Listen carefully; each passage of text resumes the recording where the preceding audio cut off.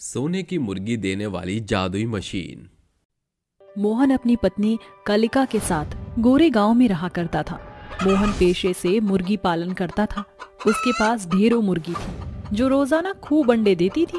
मोहन उन्हें बेचने के लिए चढ़ते सूरज के साथ शहर की ओर अग्रसर हो जाता है। कलिका, मैं शहर जा रहा हूँ अंडे बेचने। लौटने में सांझ हो जाएगी।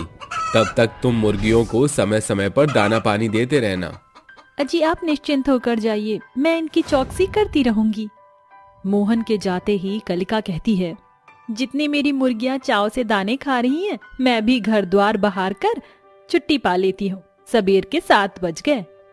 यह सोचकर कलिका कामों में जुट जाती है। तभी मुर्गियों को आंगन में अकेला चरता पाकर पड़ोस में रहने वाला मुर्गियों का मांस बेचने वाला कसाई हरभजन चारों ओर चौकसी करते हुए वहां घुस आता है और एक रोगग्रस्त मुर्गी उनके बीच छोड़कर कहता है, क्या बात है हरभजन, क्या दांव खेला है तूने। अब थोड़ी ही देर में मोहन की ये तंदुरुस्त मुर्गियां तेरी इस बर्ड फ्लू की मुर्गी के संक्रमण में समा जाएंगी। फिर देखता हूँ कि मोहन अपनी इन मुर्गियों को मौत का कौर होने से कैसे बचाता है। फिर चारों ओर मेरी ही मुर्गियों की मांग होगी। हरभजन अपनी चाल को अंजाम देकर चला जाता है। 2 दिन के भीतर ही मोहन की मुर्गी अंडे देना बंद कर देती है और बीमार रहने लगती है। अरे समझ नहीं आ रहा कि मेरी मुर्गियों को हुआ क्या है। कल तक तो बाजरे गेहूं के दाने देखकर दौड़ पड़ती थी। आज ये रसीले मीठे दाने इन्हें सुहा क्यों नहीं रहे। 2 दिन हो गए, इन्होंने अंडे भी नहीं दिए। हाँ, इन मुर्गियों के अंडे बेचकर ही तो हम गरीब दंपति का दाना पानी चलता था। अब कुछ ही अंडे बचे हैं, उसके बाद कैसे चलेगा हमारे घर का चूल्हा। पता नहीं क्या पकाएंगे और क्या खाएंगे हम। मोहन अपनी मुर्गियों को बीमारी के चपेटे से निकालने के लिए अपनी सारी जमा जोड़ती न्योछावर कर देता है। बावजूद इसके उसकी मुर्गियां एक एक करके मर जाती हैं। फिर एक दिन, अजी ऐसे गुमसुम रहने से कैसे गुजारा चलेगा। अनाज के खत्ते खाली हो चुके हैं। राशन पानी खरीदने का हाथ में एक खोटा सिक्का नहीं। ये अंडे बेच आओ, कुछ तो पैसे मिलेंगे ताकि घर का चूल्हा जल पाए। ठीक है कलिका। मोहन आखिरी बचे अंडों को बेचने निकल जाता है। तभी सड़क के चौराहे पर उसे एक मुर्गी पार आते दिखती है। अरे ये ट्रक तो तेजी से इस मुर्गी की तरफ आ रही है, मुझे इसे बचाना होगा। मोहन दौड़कर उस मुर्गी को अपने बाह में थाम लेता है, मगर उसके सारे अंडे चकनाचूर हो जाते हैं, जिसे देख उसकी पलकें भीग जाती हैं। हे ईश्वर, मेरे सारे अंडे टूट गए। अब मैं कलिका के नजरों के सोझे किस मुंह से जाऊंगा। एकाएक वह मुर्गी एक विशाल सोने की मुर्गी में उभर कर बोल पड़ती है, मोहन, तुमने मेरी जान बचाई है। मेरा नाम मनोहरी है। मैं एक इच्छा पूर्ति जादुई मुर्गी हूँ। तुम चाहो तो अपना दुख मुझसे बांट सकते हो। मोहन रोते हुए जादुई मुर्गी को सब कुछ बताता है, जिसके बाद वह जादुई मुर्गी एक चमचमाती हुई मशीन प्रकट करके कहती है, मोहन, ये एक जादुई मशीन है। इसमें तुम्हें सिर्फ एक साधारण अंडा रखना और ये मंत्र बोलना, मेरे जादुई मशीन तू बन जा जिन और दिखा मुझे अंडे का फंडा। जिसके बाद यह जादुई मशीन अपने अंदर से सोने की मुर्गियां देगी। क्या सचमुच ऐसा होगा? हाँ मोहन, क्योंकि आशा देखे गए ख्वाब का निश्चय है।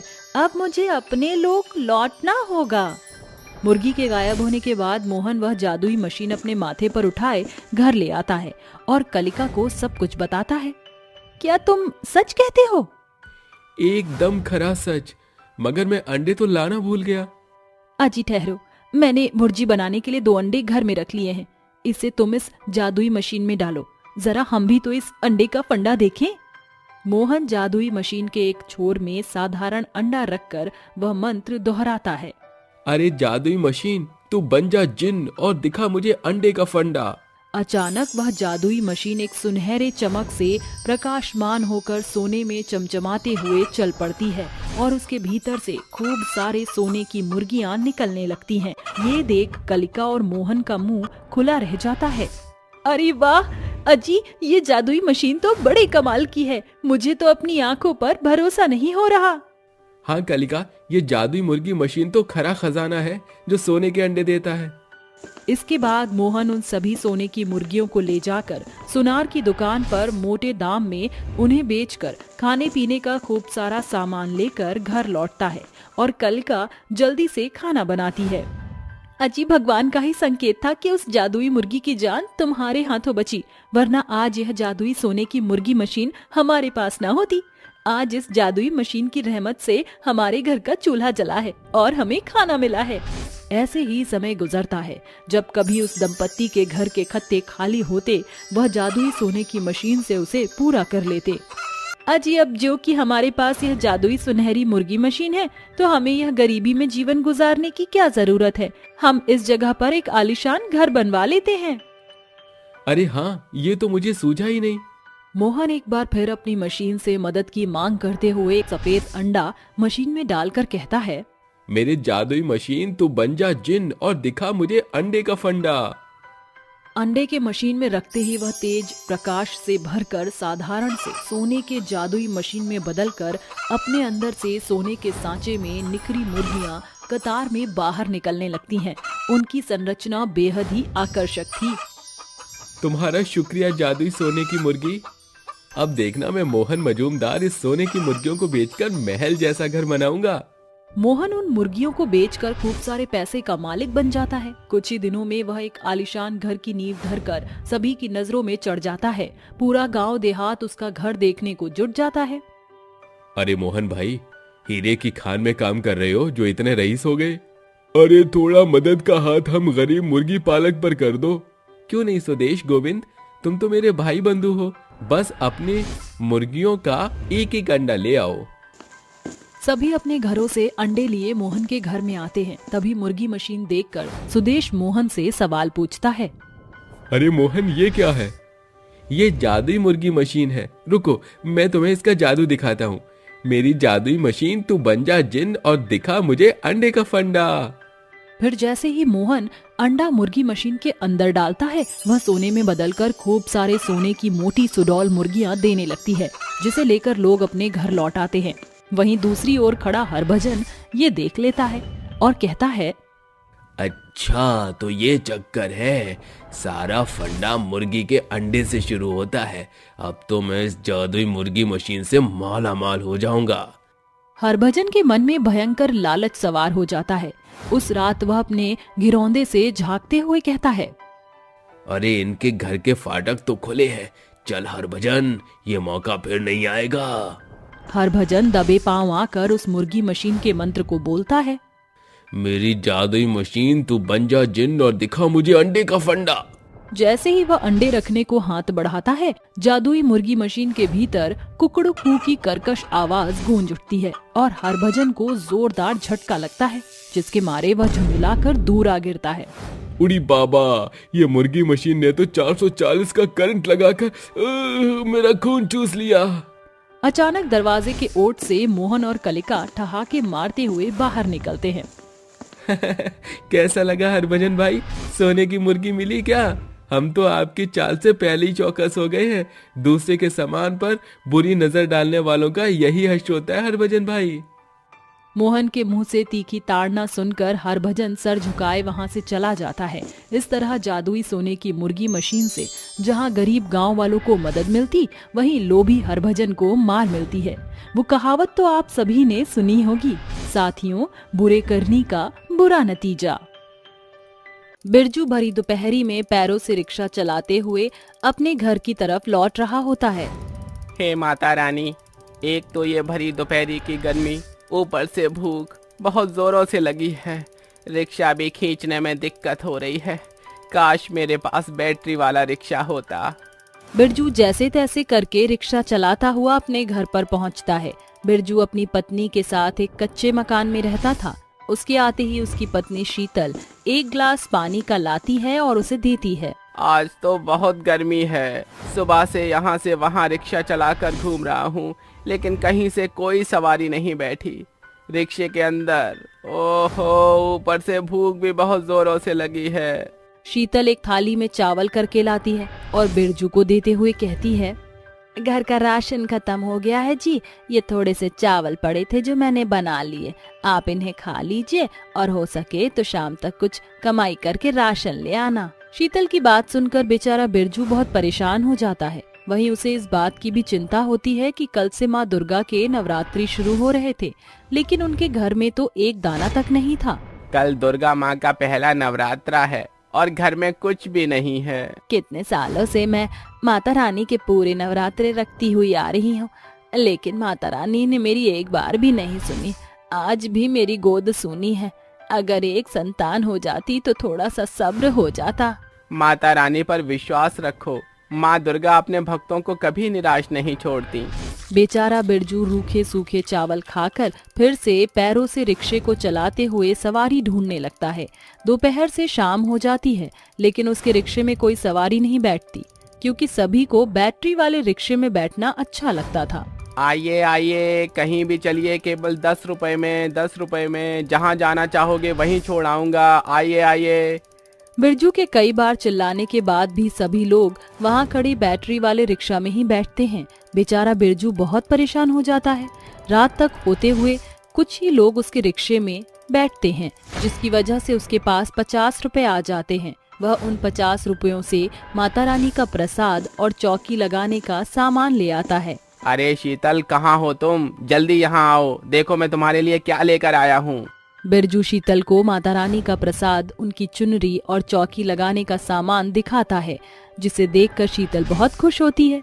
अरे वाह, ये चुनरी तो बहुत अच्छी लग रही है। लगता है आज कुछ लोग आपके रिक्शे में बैठ गए। हाँ शीतल, कुछ लोग बैठे थे, क्योंकि 10 रुपए में मैंने उन्हें बहुत दूर दूर ले जाकर छोड़ा। लेकिन मुझे माफ करना, मेरे पास पैसे नहीं बचे और मैं खाना भी नहीं लाया। मैं जानती थी, इसलिए मैंने पहले ही पड़ोस की काकी से थोड़ा खाना एक्स्ट्रा बनवाने के लिए कहा था। वो मुझे खाना दे गई हैं। चलो खाना खा लेते हैं। शीतल और बिरजू के पड़ोस की काकी बहुत अच्छी होती हैं। वह हर परेशानी में उन दोनों के साथ हमेशा खड़ी रहती हैं। उस समय वह दोनों खा पी कर सो जाते हैं। अगले दिन सूरज उगने से पहले वह दोनों उठ जाते हैं और घर की साफ सफाई करके माता रानी की चौकी लगा देते हैं और दोनों एक साथ मिलकर माता रानी की पूजा करते हैं। जिसके बाद बिरजू अपना रिक्शा खींचते हुए ले जाता है। देखते ही देखते वह दोनों व्रत के नाम पर पूरा पूरा दिन भूखे रहते हैं। अरे भाई सुरेश, यहाँ पर तेरे बैटरी रिक्शा के अलावा और कोई रिक्शा नहीं है? थोड़ी सी मेरी मदद कर दे भाई। तेरे रिक्शे में तो फिर से सवारी भर जाएंगी। अब जो सवारी आ रही है उसे मेरे रिक्शे में बिठा दियो, कम से कम कुछ तो पैसे आएंगे मेरे पास। अच्छा ठीक है, सिर्फ तुम्हारे लिए ऐसा कर रहा हूँ। अगर कोई और होता तो मैं ऐसा कभी नहीं करता।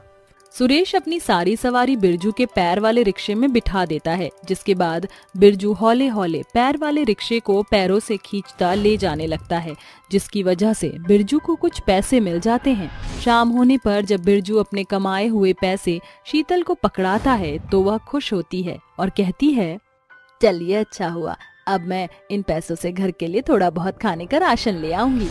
शीतल उन पैसों को लेकर बाजार की तरफ जाने लगती है।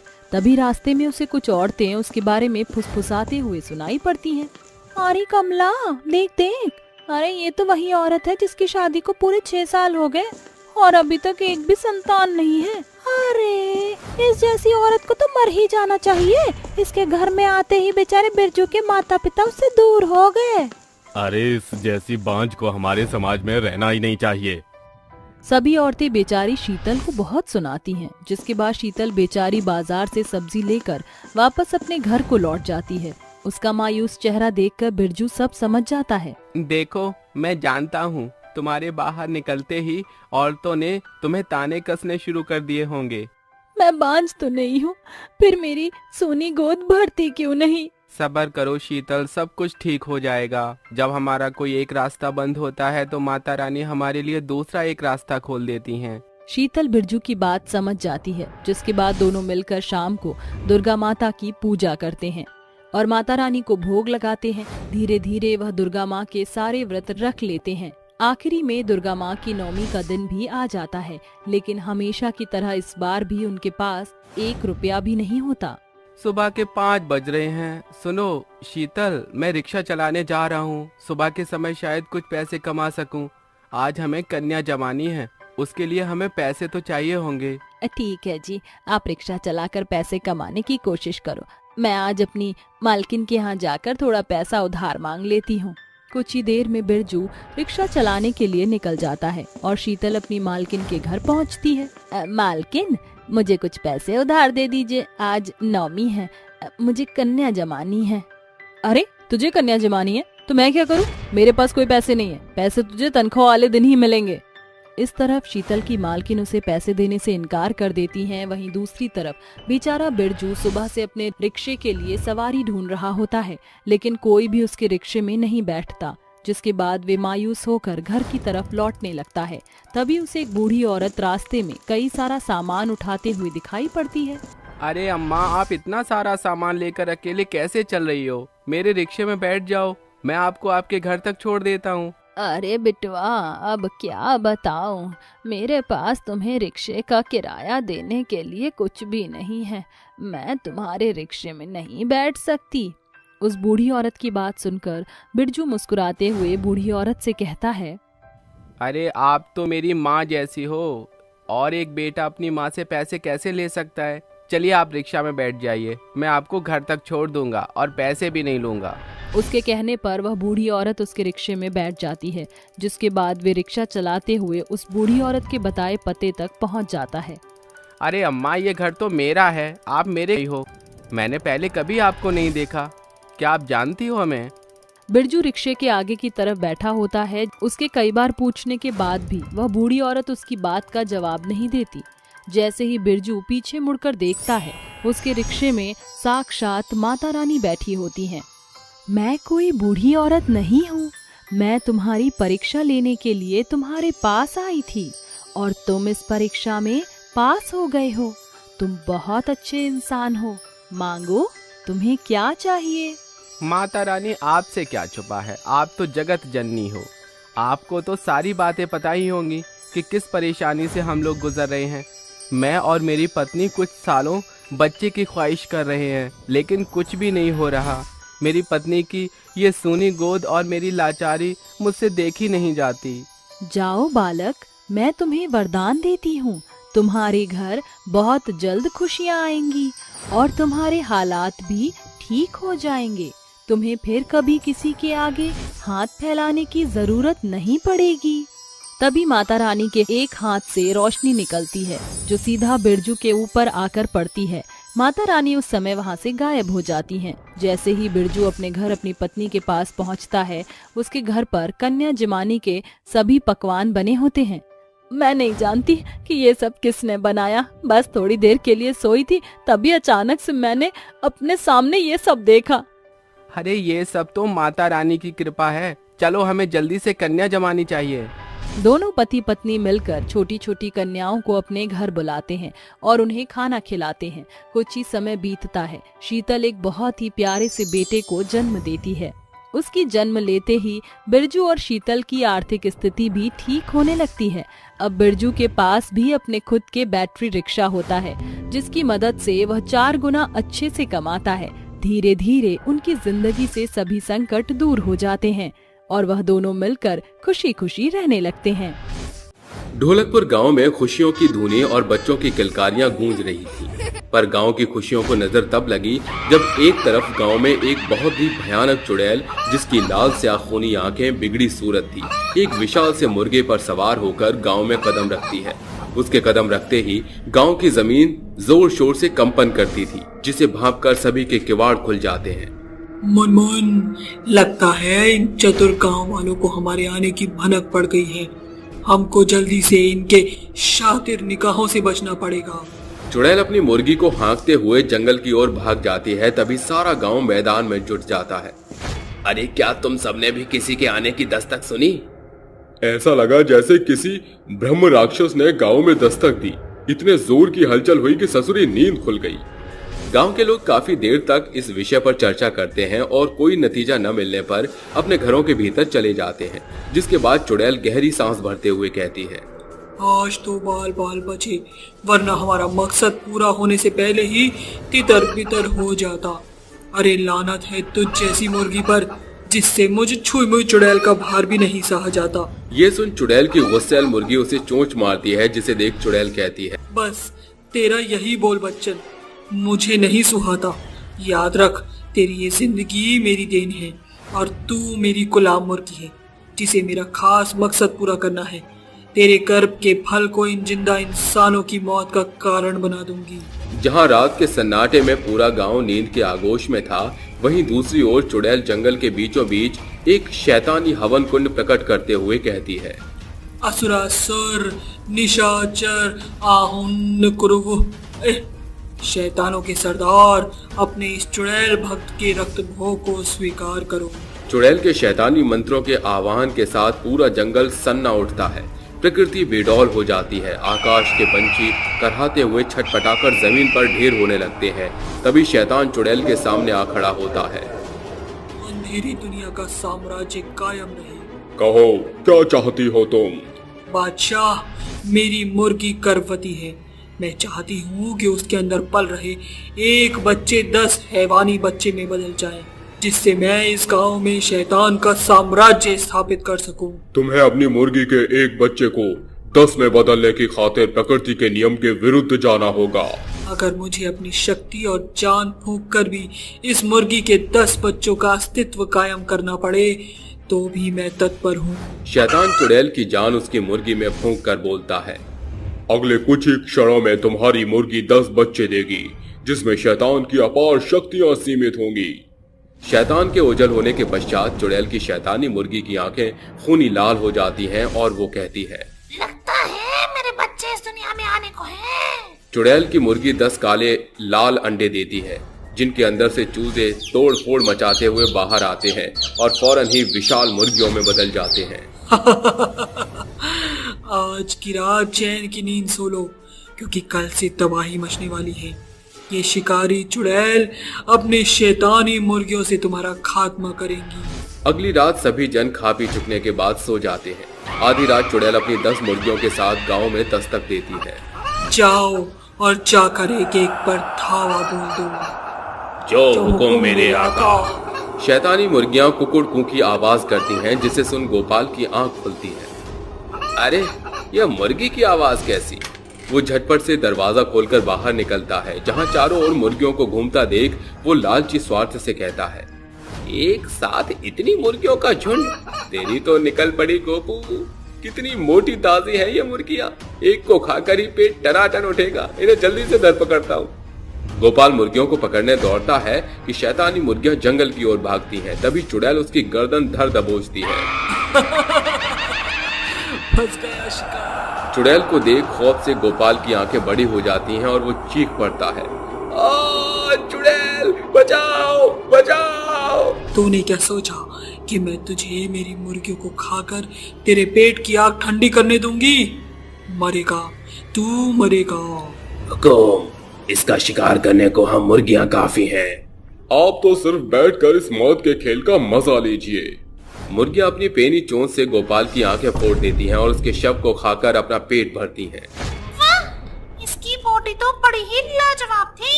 सवेरे गोपाल की लाश गांव के बीचों बीच पड़ा देख सभी झुंझला उठते हैं। किसने मार डाला गोपाल को? इसका तो किसी से कोई बैर भी नहीं था। इसकी लाश का बिगड़ा हाल साफ शब्दों में बयां कर रहा है कि इसे किसी चील कौवे ने नोच खाया है। अब हम सभी को सतर्कता से रहने की जरूरत है। सभी अपने कामों में व्यस्त हो जाते हैं और चुड़ैल एक बार फिर अपनी 10 मुर्गियों के साथ अंधेरे में गांव में आती है। आगे बढ़ो मेरी मुर्गियों और अपनी कुकड़ को की धुन में इनके मौत का बिगुल बजाओ। कुकुड़ को। मुर्गियों की आवाज खिड़की के रास्ते से सो रही मयूरा के कानों में पड़ती है और वो नींद से जाग कर कहती है, मुर्गे की बात, लगता है सवेरा हो गया। पहले पानी भराती हूँ, नहीं तो कुएं पर भीड़ मच जाएगी। वो कच्ची नींद में ही बाल्टी उठाए बाहर निकलती है। तभी छप्पर से लटकी चुड़ैल उस पे धावा बोलती है, अब मैं तेरा चर्बीली गोश्त खाकर अपनी हैवानी मुर्गियों का पेट भरूंगी। चल मेरे साथ। चुड़ैल उसे घसीट कर 10 मुर्गियों के बीच फेंक देती है। डरी सहमी मयूरा मदद की गुहार लगाते हुए कहती है, बचाओ बचाओ, वरना ये चुड़ैल की मुर्गियां मुझे खा जाएंगी। मयूरा की आवाज से पूरा गांव खिड़की खोलकर बाहर ताकता है। जहां वो देखते हैं कि चुड़ैल की मुर्गियां मयूरा को नोच कर खा रही हैं।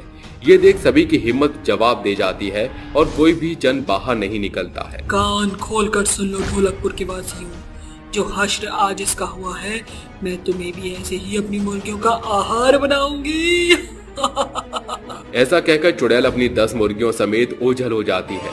अब हर दिन के साथ चुड़ैल की शिकारी मुर्गियां गांव के लोगों को भरमाकर उन्हें फाड़ डालती हैं और खा जाती हैं, जिसे देख एक सवेरे तमाम निवासी एक तांत्रिक के पास आकर सारा मसला बताते हैं। बाबा, उस चुड़ैल ने हमें खुली चुनौती दी है कि वो हम सभी का नामो निशान मिटाकर रख देगी। तभी तांत्रिक बाबा अंतर्ध्यान होकर अपनी साधना सिद्धि का उपयोग करके कहते हैं, वो मुर्गियां कोई साधारण जीव जंतु नहीं, बल्कि उस चुड़ैल के द्वारा बिछाया हुआ बहेलिये का जाल है। तांत्रिक जोर शोर की तैयारी के साथ गांव में आता है। आधी रात चुड़ैल अपनी मुर्गियों के साथ गांव में आ धमकती है। आज गांव में इतना सन्नाटा क्यों छाया है? कहीं ये चौकन्ने होकर कहीं छिपे तो नहीं बैठे? बचे हुए गांव के निवासी हाथों की जलती मशाल लिए चुड़ैल को घेरे में कैद करते हैं। तुम्हें क्या लग रहा है, ये पैतरे आजमा कर तुम मुझे हरा पाओगे? कतई नहीं। धूर्त चुड़ैल, बंद कर यहाँ से ठिठोली, क्या चाहती है तू? तुम सभी की मौत और इस गांव पर अपना साम्राज्य। ये सुन बाबा चुड़ैल पर भभूत डालते हैं। चुड़ैल छटपटाती हुई करहाने लगती है। तेरी ये मजाल जो तूने मुझे तकलीफ दी। मेरी मुर्गियों, आगे बढ़ो और इन्हें सबक सिखाओ। शैतानी मुर्गियां पंख फड़फड़ाकर लोगों पर भीषण वार करती हैं। तभी बाबा एक मुर्गी को अक्षत के चावल खिलाते हैं, जिससे एक मुर्गी वहीं दम तोड़ देती है। ये तूने सही नहीं किया तांत्रिक, तेरे चलते मेरी एक मुर्गी मारी गई। मुर्गी के मरने से चुड़ैल कमजोर हो रही है। इसका अर्थ कि चुड़ैल की शक्तियां इन 10 मुर्गियों में बंद है। बाबा चुड़ैल पर 7 पवित्र नदियों का जल का छिड़काव करते हैं, जिसके साथ चुड़ैल का खात्मा हो जाता है और साथ ही 10 शैतानी मुर्गियों का खेल भी खत्म हो जाता है। खतरा पूरी तरह से टल चुका है। एक बार फिर बुराई पर फिर से अच्छाई की जीत हुई। इस तरह एक बार फिर ढोलकपुर गांव में जीवन बसना शुरू हो जाता है। सचमुच बेटा, तीर्थ यात्रा पर जाकर जी को बेहद सुकून मिला है और केदारनाथ की तो बेला ही निराली थी। हाँ माँ, ये तो हमारा भाग्य था जो आखिरकार भोले की नगरी से भेंट हो गई। नरेंद्र अपनी माँ सुधा के साथ पूरे 1 सप्ताह बाद तीर्थ यात्रा से घर लौटा था। अभी दोनों ने दरवाजे से भीतर दस्तक ही दिया था कि एकाएक नरेंद्र के कानों में उसकी दुधमुही बेटी की बिलखने की आवाज गूंजती है। क्या हुआ बेला, क्यों रो रही है? ये बहू बेसुध होकर सो गई है क्या, या फिर उसने इस बात को बिसार दिया है कि वो एक बच्ची की माँ है? जाने कहाँ है। अभी सुधा ऐसा कही रही थी कि कमरे से आ रही किसी की खिलखिलाने की आवाज उसके कान में पड़ती है। रॉकी, क्या कर रहे हो? ये तो कायना की आवाज है। हाँ नरेंद्र, मगर ये दोहरी आवाज है किसकी जो बहू के कमरे से आ रही है? देखते हैं। नरेंद्र अपनी बेटी को बाहों में थामे जैसे ही दरवाजा खोलता है तो उसके पैरों तले जमीन खिसक जाती है। वह देखता है कि उसकी बीवी कायना किसी अनजान शख्स की बाहों में है, जिसे देखकर उसकी आंखों से आंसू छलक जाते हैं और गुस्से में बौखलाकर सुधा कहती है, बहू, ये क्या बेशर्मी है? पति के पीठ पीछे किसी गैर मर्द के साथ हम बिस्तर होते तुझे शर्म नहीं आई? माँ जी, मुझे माफ कर दीजिए, मुझसे बहुत बड़ी भूल हो गई। इस शख्स ने मेरा फायदा उठाया है, इसी ने मुझे बहकाया है। क्यों री बुढ़िया, तुझे क्या लगा कि मैं कुछ ऐसा बोलूंगी? बिल्कुल भी नहीं। अरे इतनी बेहूदगी के बाद भी तुझे रत्ती भर की शर्म हया नहीं? सासू माँ, इसमें शर्माने जैसा मैंने किया ही क्या है? अरे इंसान जब एक ही तरह का खाना खाकर बोर हो जाता है तो वह दूसरी वैरायटी चाहता है। जब खान पान और पहनावे को लेकर पसंद बदल सकती है तो फिर पति की क्यों नहीं? अगर आपकी नजरों में ये बेशर्मी है तो ठीक है, मैं बेशर्म बहू हूँ। सारा कसूर इस अनजान का है, इसी ने मेरी बीवी को बहकाया है। दूर हटो, खबरदार जो रॉकी को हाथ भी लगाया। पति के प्यार का क्या अच्छा सिला दिया है तुमने। इससे पहले कि मैं अपना आपा खो दूं, निकल जाओ मेरे घर से। तुम्हारा घर? मेरे प्यारे पति देव, जिस दिन तुमने मेरे दिए पेपर पर साइन किए थे उसी दिन ये घर मेरे नाम हो गया था। जाओगे तुम तीनों यहाँ से? कायना मेरी और माँ की न सही, बेला के बारे में तो सोचो। तुमने इसे अपनी कोख से जन्म दिया है। ये मेरी बेटी नहीं बल्कि एक बोझ है। अब ये रोना धोना बंद करके निकल जाओ यहाँ से, समझे? सुना नहीं तुम तीनों ने? निकलो यहाँ से। नरेंद्र अपनी बेटी बेला के लिए कायना के पैरों में बैठकर मिन्नतें मांगता है। बावजूद इसके वह बेशर्मी की सारी हदें पार करके उन्हें बेघर कर देती है। बेचारे पति के लिए बीवी की बेवफाई का मंजर मौत से कम न था। वहीं सुधा की आंखों के आगे भी बहू की बेशर्मी बार बार आ रही थी, जिसे याद करते हुए वह बीते दिनों में चले जाते हैं जब कायना बहू बनकर उनके घर आई थी। सुहाग की सेज पर बैठी बहू अपने पति के आने का इंतजार कर रही होती है। तभी नरेंद्र अंदर आकर कायना का घूंघट उठाता है। ऐसा लग रहा है कि आसमान से चांद उतरकर इस चार दीवारी में समा गया है। आखिरकार इतनी खूबसूरत बीवी मिली है मुझे। इसके बाद दोनों पति पत्नी शादी की रात सुनहरी शुरुआत करते हैं। गुजरते समय के साथ नरेंद्र अपने कामों में अस्त व्यस्त रहने लगता है। एक सुबह, नरेंद्र, हम दोनों को साथ बैठकर एक दूसरे से बात किए हुए बहुत दिन बीत गए। क्या आज हम कहीं घूमने चले? माफ करना कायना, वो क्या है ना, आजकल दफ्तर में काम का बहुत प्रेशर है। फिर कभी।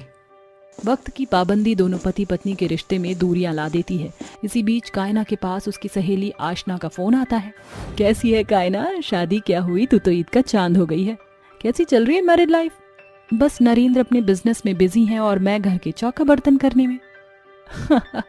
अरे ये तो हर लड़की के लिए लाजमी है। ससुराल पिंजरे के जैसा है, जहां बहू नाम की चिड़िया बेचारी बाई बनकर चौका बर्तन में जीवन बिताती है। आशना के शब्द कायना के कानों में घर कर जाती है। उस रोज से उसकी सोच समझ गलत डगर पर जा पहुंचती है। माँ जी, आज मेरी सहेली का जन्मदिन है, मैं वहीं जा रही हूँ। कायना आशना की पार्टी में पहुंचती है, जहां पहली दफा उसकी मुलाकात रॉकी से होती है। आशना, तुम्हारी सहेली बेहद खूबसूरत है। कायना, ये मेरा दोस्त रॉकी और रॉकी ये मेरी अजीज सहेली कायना। कहीं न कहीं चालबाज रॉकी कायना की आंखों से उसके अकेलेपन को भाप जाता है और 2 मिनट की बातचीत दोस्ती में बदल जाती है। आखिरकार रॉकी कायना के खातिर आकर्षण का केंद्र बन जाता है। समय गुजरता है। एक रात, कायना, आज रात मैं दफ्तर में रुककर काम करूंगा, इसलिए तुम सो जाना। कायना बिना किसी जवाब के फोन काट देती है और रॉकी को घर बुलाती है। हेलो रॉकी, मेरे पति आज घर पर नहीं है, तुम पीछे के रास्ते से आ जाओ। कुछ ही पल बाद रॉकी घर आता है। आखिरकार उस रात कायना बहू और बीवी की सारे बंधन तोड़कर बेशर्मी की हद पार कर देती है। उस दिन के बाद से ये हर दूसरे दिन का खेल बन गया था। रॉकी, मैं तुम्हारे साथ रहना चाहती हूँ, मुझे यहाँ नहीं रहना। बेबी, तुम तो मेरी बुरी कंडीशन से बखूबी वाकिफ हो। मैं भी तुम्हारे साथ रहना चाहता हूँ, मगर तुम्हें मेरा एक काम करना होगा। कुछ देर बाद, तुम्हें पाने के लिए मैं ये जरूर करूंगी। समय गुजरता है। एक रात जब नरेंद्र अपने कमरे में आता है तो चारों ओर फूल और मोमबत्तियां जल रहे होते हैं। कैसा लगा मेरा सरप्राइज? क्या बात, आज तो मोहतरमा मूड में है। नरेंद्र, आज मैं अपनी शादी की पहली रात के पलों को दोबारा से जीना चाहती हूँ। जहाँ नरेंद्र के लिए वह रात सुनहरी थी, वहीं कायना के लिए वो एक सोची समझी साजिश थी। कुछ दिनों बाद, माँ जी, आप दादी बनने वाली हैं। बहू तो सच बोल रही है। नरेंद्र, सुना तूने, तू बाप बनने वाला है। थैंक यू कायना, तुमने मुझे सारी खुशी दे दी। अब ये बच्चा मेरे लिए हथियार का काम करेगा। आखिर 9 महीने बाद कायना एक बेटी को जन्म देती है। नरेंद्र, मैंने तुम्हें इतनी बड़ी खुशी दी, मेरा गिफ्ट कहाँ है? अरे तुम्हारे लिए तो जान भी हाजिर है। ये घर बार, जमीन जायदाद सब तुम्हें दिया। सिर्फ बातों के चौधरी बनने से होता है? करके दिखाओ तो जानो। आखिरकार अपनी चिकनी चुपड़ी बातों के जरिए बेशर्म बहू सब कुछ हथिया लेती है। 1 महीने बाद, रॉकी, क्या बात है, आजकल तुम मुझसे खिंचे खिंचे क्यों रहने लगे हो? जैसे ही वह रॉकी के करीब आने की कोशिश करती है, वह उसे जोर से धक्का देता है। अब देखो, बेताल की तरह गले पड़ी रहती है बेशर्म बला। रॉकी, ये तुम क्या कह रहे हो? तुम्हारे लिए मैंने सारे रिश्ते न्यौछावर कर दिए। अरे इसमें तेरा स्वार्थ शामिल था। मैंने तेरी प्रॉपर्टी के लिए तुझसे प्यार का ढोंग रचाया था, वरना रॉकी किसी की झूठन नहीं खाता। ये घर अब मेरा है, समझी? जो दाव तूने अपने पति के साथ चला, मैंने उसी को दोहरा दिया। अब मैं तुझ जैसी बेशर्म को और बर्दाश्त नहीं कर सकता। निकल यहाँ से। कायना को उसके किए की सजा मिल चुकी थी। बहुत खोजबीन के बाद उसे अपने पति का पता चलता है और वह उनके पास आती है। नरेंद्र, मुझे माफ कर दो। ना मैं एक अच्छी बहू बन सकी, न बीवी और ना माँ। मैं अपनी ही नजरों में गिर चुकी हूँ।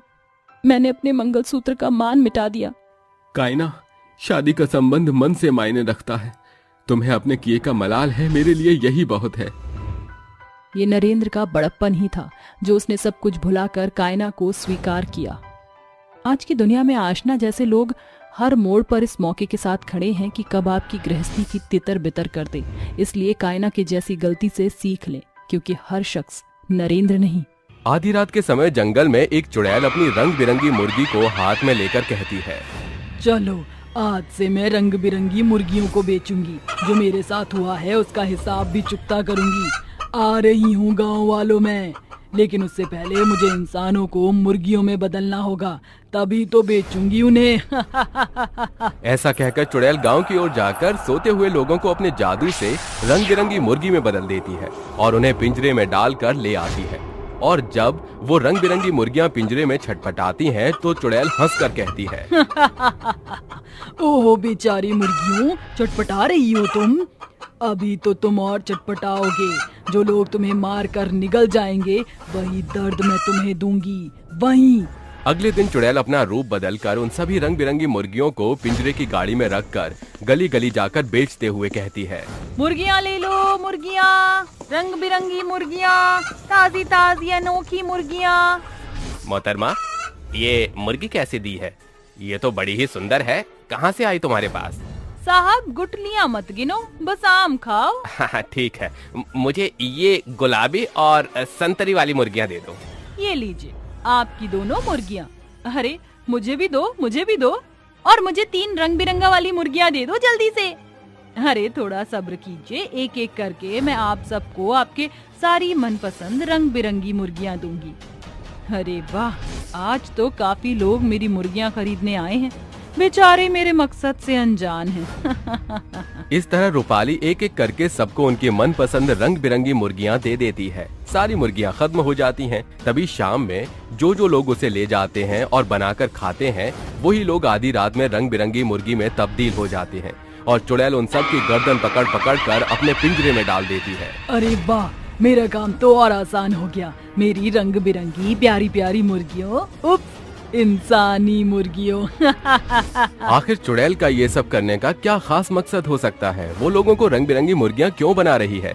जानने के लिए कहानी में आगे बढ़ते हैं। अगले दिन चुड़ैल आधी रात में लाई इंसानी मुर्गियों को बेचने जाती है। लोग बड़े आराम से उन मुर्गियों को ले लेते हैं और जैसे ही माला नाम की औरत उस मुर्गी को काटने जाती है, तो वो मुर्गी बहुत छटपटाती है और अपनी चोंच से उसकी आंख में मारकर चली जाती है। चुड़ैल पास खड़ी देख रही थी कि वो उस रंग बिरंगी मुर्गी की गर्दन पकड़कर कहती है, तेरी हिम्मत कैसे हुई यहाँ से भागने की? तुझे भी बाकी मुर्गियों की तरह जलना भुनना होगा, वरना मैं और मुर्गियों को कैसे बेचूंगी। ये बोलकर चुड़ैल मुर्गी का अपने जादू से चिकन फ्राई बना देती है। बाद में माला और उसका पति रात में यही खाते हैं। तभी विराज बोलता है, अरे आज तो तुमने काफी अच्छा चिकन फ्राई बनाया है माला। यकीन नहीं हो रहा है कि तुमने बनाया है। झूठ बोल देती हूँ, वरना ये मुझे हीरो का हार नहीं दिलाएंगे। जी मैंने ही बनाया है। वाह, ऐसी बात है तो तुम्हारा पेंडिंग हीरो का हार कल आ जाएगा। आप सच कह रहे हैं? मुझे हीरो का हार दिलाएंगे? हाँ हाँ बिल्कुल। ये बोलकर दोनों अपने कमरे में चले जाते हैं। वहीं आधी रात को बेड पर सोते सोते दोनों रंग बिरंगी मुर्गियों में बदल जाते हैं। ये देखकर चुड़ैल उन्हें भी कैद करके फिर से अपने पास ले आती है और वही करती है जो करती आई है। धीरे धीरे लोगों के गायब होने से उनके परिवारजन परेशान होने लगते हैं। एक की माँ मुखिया से कहती है, अरे मुखिया साहब कुछ तो कीजिए, मेरा बेटा का अचानक ही रात से गायब है, अभी तक नहीं मिला। हाँ हाँ मुखिया जी, मेरी बीवी भी 2-4 दिन से गायब है। मैंने हर जगह तलाश किया लेकिन वो मुझे कहीं ना दिखी। आप कुछ करते क्यों नहीं हैं? आप सब परेशान मत होइए, मैं कुछ हल निकालता हूँ। अगले दिन चुड़ैल मुखिया के दरवाजे पर रंग बिरंगी मुर्गी बेचने आती है। मुखिया वो मुर्गी खरीद लेता है। जैसे ही वो खाना खाने जाता है तो उसका कुत्ता उसके चिकन पर झपट्टा मारता है, जिसके खाते ही वो एक गुलाबी कलर का मुर्गी बन जाता है। ये बात मुखिया को हजम नहीं होती और वो सोने का नाटक करता है। तभी चुड़ैल की नजर मुखिया पर न जाकर मुर्गी पर जाती है और वो मुर्गी को जैसे ही उठाती है, मुर्गी का शक यकीन में बदल जाता है और वो मन में कहता है, मतलब मेरा शक सही था। ये सब गांव में चुड़ैल का किया धरा है, जो मुर्गियां बेचकर लोगों का मुर्गा बना देती हैं, फिर इंसानों को ही खिला देती हैं ताकि उन्हें बेच सके। चुड़ैल अब तू ज्यादा दिन तक इस गांव में मेहमान नहीं है। ये बोलते ही मुखिया अपने जाने माने प्रसिद्ध तांत्रिक के पास जाकर उसे सब कुछ बता देता है। तांत्रिक उसके बेचे हुए एक मुर्गे को घेरे में बिठाकर पूजा करता है। तंत्र विद्या से चुड़ैल न चाहते हुए भी तांत्रिक के बनाए घेरे में पहुंच जाती है और बौखलाई चुड़ैल चिल्लाकर कहती है, छोड़ मुझे, क्यों मुझे यहाँ लेकर आया है? जाने दे वरना मैं तुझे मार डालूंगी तांत्रिक। बंद कर अपनी बकवास, अब तो यहाँ से कहीं नहीं जाएगी। अगर जाना है तो मेरे सवालों का जवाब दे। बता, क्यों लोगों को रंग बिरंगी मुर्गियां बना रही है? मकसद क्या है तेरा इसके पीछे? तूने पूछा और मैं क्या बता दूंगी? तेरी गुलाम तोड़ी हूँ मैं, चुड़ैल हूँ चुड़ैल, मार डालूंगी तुझे, जाने दे मुझे। तुम काली पीली चुड़ैलों का कुछ नहीं हो सकता। जब तक हम तांत्रिक भी अपना असली रंग नहीं दिखाते, कुछ बताकर राजी ही नहीं होती हो। अब देखो। ये बोलते ही तांत्रिक उस पर मंत्रों से छड़ी मारता है, जिससे चुड़ैल खुद ब खुद बताने लगती है। मत मारो मुझे, मैं सब बताती हूँ। कुछ समय पहले की बात है। इसी गांव में मैं गरीब आम्रपाली मुर्गियां बेचती थी, लेकिन अचानक पैसा न होने की वजह से मेरी मुर्गियां मर गई। मैं बहुत निराश हो गई। निराशा में जंगल में चली जा रही थी, तभी मेरे सामने चमचमाती नीली की एक मुर्गी आई। कोई था नहीं तो मैं उसे अपने घर ले आई। मैंने कैसे भी जुगाड़ करके उसे दाना खिलाया। उसी रात उसने मुझे रंग बिरंगे 10-12 अंडे दिए, जिससे रंग बिरंगी मुर्गियां बनी और मैंने उन्हें बेचना शुरू किया। दुगने दाम में मुर्गियां बिकने लगी। इतनी की भीड़ लग जाती थी कि मुझे ये बोलना पड़ता था, अरे आप धक्का मुक्की मत कीजिए, ठीक से खड़े रहिए। मेरे पर बहुत सारी रंग बिरंगी मुर्गियां हैं, ये लीजिए आपको और आपकी ये 6 अलग रंग की मुर्गियां। धीरे धीरे आम्रपाली की आर्थिक स्थिति ठीक हो गई और एक दिन आम्रपाली के पड़ोसी गगन, विक्रम, सनम, राजू की लालची नजर उसकी रंग बिरंगी मुर्गियों पर थी। अमीर बनने के लिए एक रात उसकी रंग बिरंगी मुर्गियों को चुराने वो आते हैं। मुर्गियों के शोर से आम्रपाली बाहर आती है और उनसे लड़ने लगती है। छोड़ो मेरी मुर्गियों को, तुम्हारी हिम्मत कैसे हुई उन्हें चुराने की? हिम्मत तो हुई है, अब देख हम भी कैसे अमीर बनते हैं। ये बोलते ही गगन के दोस्त चाकू से आम्रपाली को मार डालते हैं और कुछ दिन बाद अमीर न बनने पर उसकी मुर्गियों का चिकन बनाकर खा जाते हैं। मेरी बेचारी मुर्गियों को बेफालतू में मार डाला और खा गए, और मुझे भी मार दिया। उसी का बदला मैं उनसे ले रही हूँ। उन्हें ही रंग बिरंगी मुर्गी बनाकर इंसानों को बेचकर उन्हें ही खिला देती हूँ। ले लिया ना तूने अपना बदला सभी से, उन्हें रंग बिरंगी मुर्गी बनाकर। अब मैं तुझे इस रंग बिरंगी दुनिया से अलविदा करता हूँ। ऐसा कहकर तांत्रिक उस दुष्ट चुड़ैल को एक अभिमंत्रित तहखाने में बंद कर जमीन में दफना देता है, जहाँ किसी का आना जाना नहीं होता और सब पहले की तरह ठीक हो जाता है।